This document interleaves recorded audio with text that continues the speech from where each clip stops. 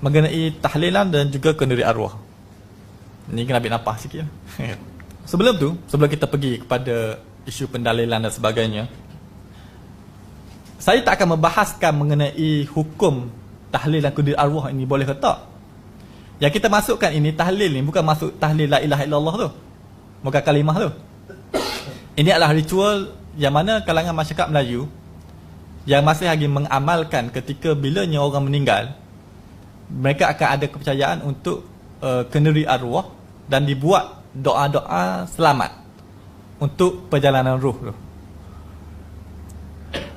Baik, sebelum daripada nak bincang mengenai dari mananya konsep ini berasal, ini antara keratan yang viral, mungkin ada perasan. Sebelum tu saya nak tanya, betul tak kenyataan ni? Di kalangan masyarakat kita ni ada sebar mengenai dalil kenduri arwah ni dalam kitab Samaveda. Kitab Veda ni adalah kitab utama agama Hindu lah.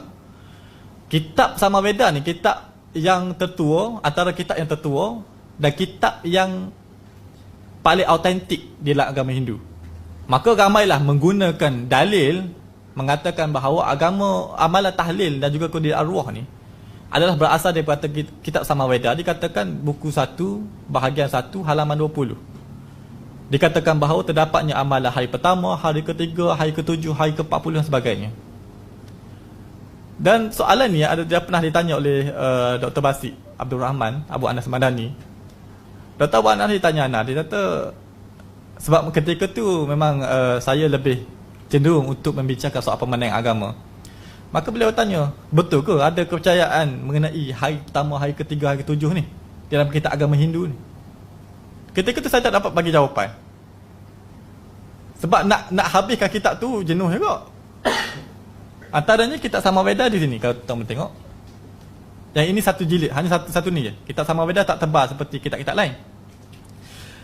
Bila saya cek balik, rupanya apabila terdapat kepercayaan mengatakan amalan ini berasal dari kitab Samaveda, ia disebarkan oleh seorang bekas pendeta agama Hindu di Indonesia. Satu klip video tu, dia cerita mengenai amalan ini terdapat dalam kitab Samaveda Samhita, dan juga dia bacalah dalil-dalil dan sebagainya. Tetapi apabila saya semak balik, rupanya tak jumpa. Tak ada satu pun dalil ataupun teks berkenaan dengan amalan hari pertama, hari ketiga, hari ketujuh, hari ke-40 sebagainya. Tak ada. Malah kalau kita tengok cara quotation, cara pengambilan teks di poster ini juga tak betul. Seperti mana dikatakan buku 1 bahagian 1 halaman 20. Cara nak quote Samaveda dia bukan macam tu. Seperti mana kita faham cara kita nak keluarkan ayat Quran ni, kita nak sebutlah surah Baqarah ayat ke berapa, kan? Dia tak boleh bagi buku surat berapa, sebab dia setiap cetakan tu berbeza-beza. Begitu juga dengan kitab Veda, setiap cetakan tu juga berbeza-beza, dan bahagian bab buku juga berbeza-beza, dia tak sama. Jadi apabila teliti balik, rupanya apa yang masyarakat kita tersebar untuk mengkritik amalan tahlil ni ataupun kenduri arwah mengenai hari pertama, hari ketiga, hari ketujuh ni, rupanya tak kena flu rupanya, kan? Kita selalu sebut supaya kita ni supaya tabayyun dan sebagainya, kan? Kita baca dalil Al-Quran, ya ayyuhallazina amanu in ja'akum fasiqun binaba'in fatabayyanu. Apabila datang orang fasik kepada kamu, maka cek ataupun semak dahulu. Rupanya kita antara ramai juga segelintir orang kita ni tak bertindak untuk nak semak dulu kenyataan kita, lalu kita sebar. Perkara ini memang tidak wujud di dalam kitab Samaveda. Pertama itu, kena settle yang tu dulu. Habis tu macam mana masyarakat Melayu ni ada amalan ni? Adakah betul daripada amalan agama Hindu? Okey, untuk nak faham konsep kenduri arwah ni ataupun untuk menyelamatkan ruh ni, kita kena faham akidah agama Hindu dulu ataupun agama Buddha pun lebih kurang. Yang mana seperti mana tadi kita bincang soal roh di dalam masyarakat Hindu dan Buddha. Apabila seseorang itu meninggal, dia percaya roh ni akan merayap. Kalau roh ni baik orangnya daripada hasil perbuatan yang baik, karma yang baik, maka roh ini akan ke tempat yang baik. Tetapi sekiranya roh ni adalah di kalangan tempat yang buruk, maka dia membawa karma yang buruk ke tempat yang buruk. Oleh itu, mereka beranggapan sekiranya ruh ni ada, mungkinlah moyang-moyang kita ataupun ayah kita dikata amalannya tak berapa baik kan. Lalu mereka berfikir untuk menyelamatkan mereka dengan membuat doa selamat, doa keselamatan. Maka mereka pun buat satu ritual di dalam agama Hindu ni untuk berperanan nak menyelamatkan ruh-ruh yang merayau tadi, yang mungkin dalam keadaan yang tak tenteram sebagainya. Amalan itu dikenali sebagai amalan Shraddha. Shraddha puja. Shraddha ni adalah satu ritual ataupun dikenali sebagai perkataan tarpana. Ialah ritual terhadap amalan ruh-ruh di dalam agama Hindu. Selain itu, mereka mengatakan bahawa mendoa kepada si mati ini di dalam alam Pitrulaka. Pitrulaka ni alam hantu lah, alam peta tadi. Jadi mana mereka membuat satu amalan untuk menyelamatkan ruh-ruh yang teraniaya tadi. Yang ini amalan Shraddha puja. Secara pentas lalulah, gambarnya terlalu banyak. Amalan yang mana mereka akan berhimpun dan mereka akan buat makan. Ini antara amalan penyajian berkenaan dengan Shraddha.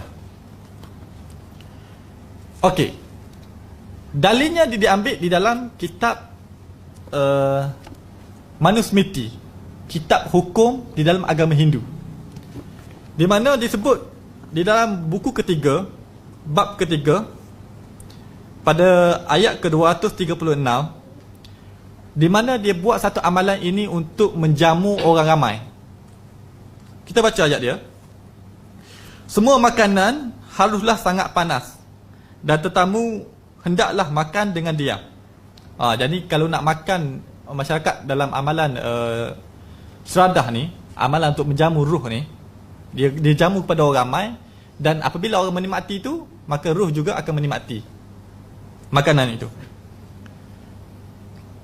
Jadi dia kena makan dengan keadaan diam, walaupun ditanya oleh orang yang memberi pesta tu, siapa yang orang tanya ketika di tengah makan tu, para Brahmana, yakni para ustaz, bahasa senang para ustaz lah, para ahli agama dia, hendaklah tidak menyatakan rasa dari makanan upacara itu. Dia tak boleh kata sedap ke tak sedap.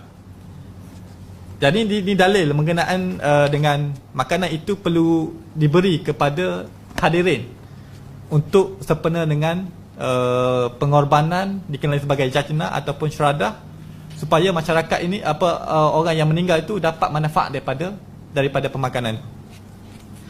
Ayat seterusnya dikatakan selama makanan itu masih panas, selama mereka itu makan dengan diam, selama rasa makanan itu tidak dikatakan, selama itu pula lah ruh leluhur itu serta menikmatinya. Jadi selama kita tak bercakap ketika makan tu, selama itulah ruh itu akan menikmati makanan tu. Ini kepercayaan agama Hindu terhadap ritual buat makan kepada orang yang telah meninggal. Okey, seterusnya buku yang sama, bab yang sama, pada ayat ke-275 disebut, apapun orang yang kerjakan dengan penuh kepercayaan setelah menyajikan untuk ruh leluhur itu, leluhur ni orang meninggal lah, keturunannya, menurut peraturan itu akan mencapai kepuasan dan kebahagiaan yang abadi di alam dunia yang lain. Yang ni apabila orang buat makan untuk kenduri arwah tu, maka ruh itu juga mendapat manfaat daripada amalan dari itu. Okey. Amalan ini jelas terdapat di dalam agama Hindu mengenaan dengan buat makan untuk memperingati ruh. Jadi bagaimana boleh wujudnya hari pertama, hari ketiga, hari ketujuh, hari 40 tu? Dan amalan itu juga di Bali masih diamalkan. Satu buku di Bali iaitu Pitra Jajna. Pitra Jajna ni adalah bagaimana dia menceritakan ritual untuk kita lakukan untuk menyelamatkan ruh-ruh yang telah meninggal ni. Kita kena faham daripada amalan tadi, kepercayaan bagi makan kepada orang ramai ni untuk menyelamatkan ruh ni, dia ada satu amalan yang amalan Shraddha tadi, boleh faham tadi yang tadi, apabila diamalkan oleh masyarakat Melayu di Jawa, Hindu ketika itu, dia telah berlaku bid'ah dalam bahasa kita lah, evolusi kepercayaan itu dinamakan sebagai nyadran. Nyadran ni kalau tuan-tuan Google pun tuan-tuan boleh dapat bagaimana konsep mereka melakukan ritual ni. Nyadran adalah satu rangkaian budaya berupa pembersihan makam, tabur bunga dan puncaknya berupa kenduri keselamatan. Dia bukan sahaja sekadar buat makan je, ada mengenai mencucikan pusara, dia hiaskan pusara, dia tabur bunga dan sebagainya, tu macam-macam. Dia berkaitan dengan untuk berbuat baik kepada roh yang telah meninggal. Okey, daripada amalan nyadran inilah masyarakat Hindu di Jawa diambil fahaman yang amalan menyelamatkan roh ini dengan ritual malam pertama, malam ketiga, malam ketujuh, malam ke-40. Kalau nak cari dalil mengenai malam-malam ni, dia tidak ada dalam kitab. Dia amalan yang telah berevolusi, yang telah dilakukan oleh masyarakat Hindu Jawa. Perkara ini hanya boleh dilihat, amalan ini pada hari pertama, hari ke-7, hari ke-30, hari 40 ni adalah masyarakat Melayu Nusantara sahaja yang mengamalkan ketika dahulu. Dan amalan nyadran ni dia bukan hanya sekadar di Jawa. Malah kalau kita tengok di Vietnam ataupun di Champa, kan, di Champa di Vietnam juga sebagai Kemboja tu, di sana juga terdapat amalan agama Hindu yang masih kekal, yang ketika dahulu. Dan mereka juga mengamalkan perkara yang sama. Hari pertama, hari ketiga, hari ke-7, hari ke-40. Tetapi dikenal sebagai nyadran lah, mereka lakukan dengan amalan mereka sendiri. Dan amalan ini masih dilakukan di Bali dan boleh dilihat di masyarakat Hindu di Champa. Masih lagi hari pertama, hari ketiga, hari ke-7, hari 40. Nak cari dalil kitab memang tak ada. Dia adalah amalan yang dilakukan oleh masyarakat mereka sendiri. Sebab itu nak tengok agama Hindu ataupun agama-agama mana, dia tak sama mengamalan dia tu di antara setiap negara-negara lain. Hindu di India tak sama dengan Hindu di Nepal. Nepal dia ada satu perayaan festival Gandimai. Dia boleh pancung semua kerbau, lembu sebagainya. Kalau di India tak boleh. Mereka agak sensitif, terutama mengenai lembu ni. Dah berbeza fahaman dan juga amalan. Di Bali bukan setakat makan mengenai lembu ni, babi pun makan. Kalau sampai tu dah boleh tengok lah, iklan babi guling. Kat sini babi golek lah istilah dia, kan. Kat sana makanan itu pun dia orang makan. Pengamalan tu pun dah berbeza. Amalan kematian pun kalau tengok agama Hindu di India pun tak sama dengan Hindu di Bali. Dia berbeza. Sebab dia ada sifat untuk rasa lebih baik dengan amalan mereka, lalu mereka mengaplikasikan dalam bentuk ritual mereka yang tersendiri. Ini di Bali. Tengok yang terlibat tu juga antaranya yang pakai kopiah, yang tudung tu biasalah, kan? Sebab mereka dah nampak satu persamaan. Ya, seperti mana sebahagian amalan masyarakat kita lakukan, dan mereka tengok apa kalau masyarakat Hindu lakukan, apa masalah kalau kita join mereka, kan? Okey, baik. Daripada amalan ini, yang mana adanya hari ke-1, hari ke-3, hari ke-7 ini, ia sangat menebal di kalangan masyarakat Hindu, sehingga kalau kita tengok di Champa juga masih mengamalkan perkara sama. Dan perkara inilah menjadi cabaran kepada Wali Songo ni. Sejarah dia, sebelum bagaimana boleh berwujudnya amalan tahlil ni, daripada amalan nyadran, amalan yang jamu ruh tadi. Antara Wali Songo yang bertindak untuk nak menghilangkan amalan tu ketika dia menyebarkan Islam di tanah Jawa adalah Sunan Kalijaga. Sunan Kalijaga ni ataupun Raden Sahid nama asal dia. Dia ni orang yang sangat berseni. Sebab metod Wali Songo ni pun mereka menggunakan seni dalam menyampaikan Islam di tanah Jawa. Antaranya mereka bermain wayang kulit. Ini disepakat oleh semua 99 Wali Songo ni, dia guna wayang kulit. Sunan Giri pemain wayang kulit, Sunan Kalijaga pemain wayang kulit, Sunan Bonang pemain wayang kulit. Dengan wayang kulit itu, mereka boleh menyampaikan mesej Islam untuk mengislamkan masyarakat di tanah Jawa. Sebab orang Jawa dulu, Hindu Jawa ni, dia terlalu obses minat sangat wayang kulit ni, sehingga tak boleh nak pisah. Dan wayang kulit ketika itu adalah seperti mana terdapat dalam kitab Ramayana, kepercayaan dalam agama Hindu ni. Mereka sampaikan hikayat-hikayat Mahabharata, cerita mengenai perang dan sebagainya di dalam kitab agama Hindu. Jadi apabila datangnya Sunan Kalijaga, dan juga Wali Songo ni, kita dah faham manhaj ataupun metod Wali Songo ni, dia bukan metod untuk bagi masuk Islam dan terus mengislahkan mereka. Tak. Dia metod untuk sampaikan tauhid tu dulu. Sebab itu kalau kita belajar fiqh dakwah, macam mana kita nak berdakwah kepada non-Muslim, metod dia tak sama. Dia agak ada fiqh yang sangat luas untuk kita sampaikan kepada non-Muslim, supaya mereka melihat Islam itu dalam kerangka yang mudah untuk mereka menerima. Yang penting adalah akidah mereka selamat. Itu yang penting. Sebab itu adalah metod dakwah. Fokus di situ. Dan perkara inilah apa yang dilakukan oleh Sunan Kalijaga. Dia nak hilangkan kepercayaan karut dan juga agama Hindu dalam masyarakat Jawa ni sangat susah, sangat tebal. Lalu terpaksa dia perlu mengikut rentak masyarakat Jawa tu dengan menggunakan wayang kulit, bermain alat muzik dan sebagainya. Kita tak boleh nak kata ni tak kena dengan Islam ni, sebab mereka fokus sekarang adalah untuk mengislamkan. Ya, untuk mengislahkan itulah tugasan kemudian. Supaya apabila masyarakat telah terima Islam, islah tu kemudian. Supaya nak sampai ke Islam dulu. Ni berkaitan dengan Hindu hardcore ni susah. Bukan senang untuk dakwah kepada mereka ni. Tapi dengan seni, alhamdulillah mereka berjaya. Lalu antaranya bila Sunan Kalijaga ni guna wayang kulit, guna seni sebagainya, alhamdulillah masyarakat Jawa terima Islam.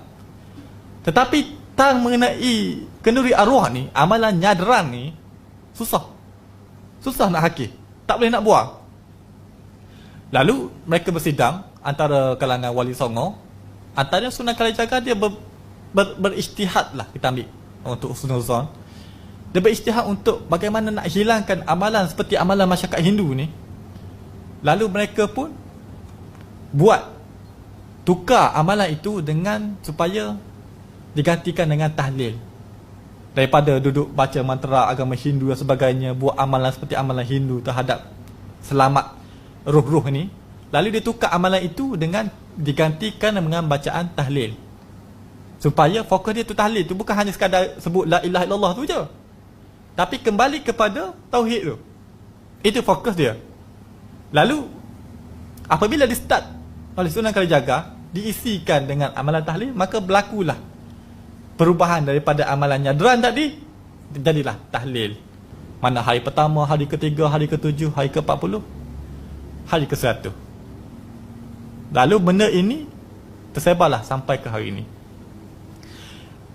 Kita tengok Sunan Kalijaga ni, dia bukanlah berniat untuk nak buat amalan tu. Fokus dia adalah untuk menghilangkan amalan tu daripada amalan masyarakat Hindu. Kita jangan katakan Sunan Kalijaga ni buat bid'ah. Kan? Dia start bid'ah dulu.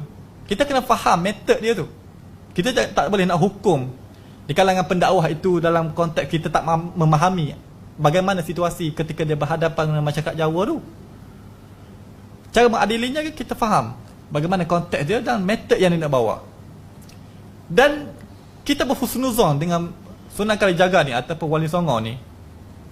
Mereka tak sempat untuk mengislahkan amalan itu kerana selepas pada Islam berkembang, datangnya Portugis menjajah di Nusantara, termasuklah di Indonesia, dan kemudian datangnya Belanda sebagainya, menyebabkan mereka tak sempat untuk menyekat amalan tu, dan sempat tersebar dan diamalkan dan dipertahankan oleh institusi, oleh masyarakat yang memegang agama. Sebab benda ni kita tahu, amalan malam pertama, malam ketiga, malam ke-7 ni hanya diamalkan oleh masyarakat Nusantara saja. Masyarakat Melayu yang clear sebagai mazhab Syafi'i saja yang mengamal ni. Masyarakat Islam di luar sana, amalan ni tak ada, tak wujud. Dekat Afrika, dekat mana lagi? Dekat Mesir, tempat yang kuatnya amalan mazhab Syafi'i, mereka tak kenal amalan tahlil ni, kenduri arwah macam seperti amalan masyarakat Melayu ni. Yang buat dekat Mesir tu pun pelajar-pelajar Melayu kat sana juga yang sampaikan amalan ni. Jadi kita nak kena faham, amalan ini memangnya berasal daripada ritual agama Hindu, iaitu nyadran. Tetapi pada amalan hari pertama, hari ketiga ni, dia bukan daripada kitab agama. Dia amalan lokal daripada masyarakat Jawa. Ya, amalan telah mereka ubahlah sehingga wujudnya hari-hari tertentu di dalam masyarakat mereka. Apabila perkara ini tersebar, masih lagi sehingga menjadi perdebatan di kalangan masyarakat kita. Lalu kita tengok antara yang poster yang pernah tersebar, kan, di antaranya lah masyarakat Hindu pun di Malaysia, dia pun confused. Sebab mana tu lebih kurang sama dengan mereka. So mereka namakan amalan untuk syurada itu dengan majlis tahlil. So poster betul. Ni bukan fake, ni bukan edit. Dan kita tak boleh nak salahkan mereka, sebab mungkin mereka pun tengok itu satu similarities, kan, persamaan dengan mereka. Lalu mereka tengok macam lebih kurang je, boboh je nama majlis tahlil. Walaupun amalan mereka adalah amalan syurada, dikenal sebagai syurada ataupun tarpana dalam agama Hindu. Jadi perkara ini tuan-tuan boleh jelas, Kada yang macam tak faham dengan banyak terlalu terms, istilah yang agak berat berkenaan dengan ni. Saya cuba simplify untuk mudahkan benda ni. Okey.